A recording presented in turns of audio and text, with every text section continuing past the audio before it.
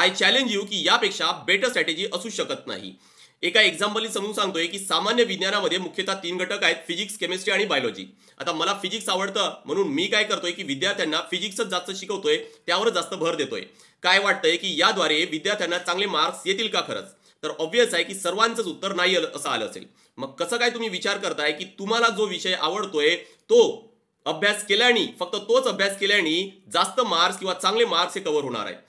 तो विषय अभ्यास करा जो आयोगाला आवडतो, ज्या विषयावर ज्या भागावर आयोगाने फोकस केले तो करा ना. मग तर ही बेटर स्ट्रॅटेजी असणार आहे नक्कीच. मी तुम्हाला हे यासाठी म्हणतोय कारण मला बऱ्याचदा मेसेजेस येतात की सर मी सामान्य विज्ञानामध्ये फक्त बायोलॉजीच केलं तर चालेल का, कारण तो सोपी आहे, फिजिक्स केमिस्ट्री मला थोडंसं कठीण जात आहे, किंवा सर माझं गणित थोडंसं कच्चं आहे तर मग मी फक्त बुद्धिमत्ताच करतोय तर ते चालणार आहे का? अजिबात चालणार नाही आहे. आयोगाला काय पाहिजे त्या पेपरचं ॲनालिसिस करा, ते समजून घ्या. आयोगाला काय आवडतो ते समजून घ्या, बघा की एक्झाम क्लिअर होते की नाही.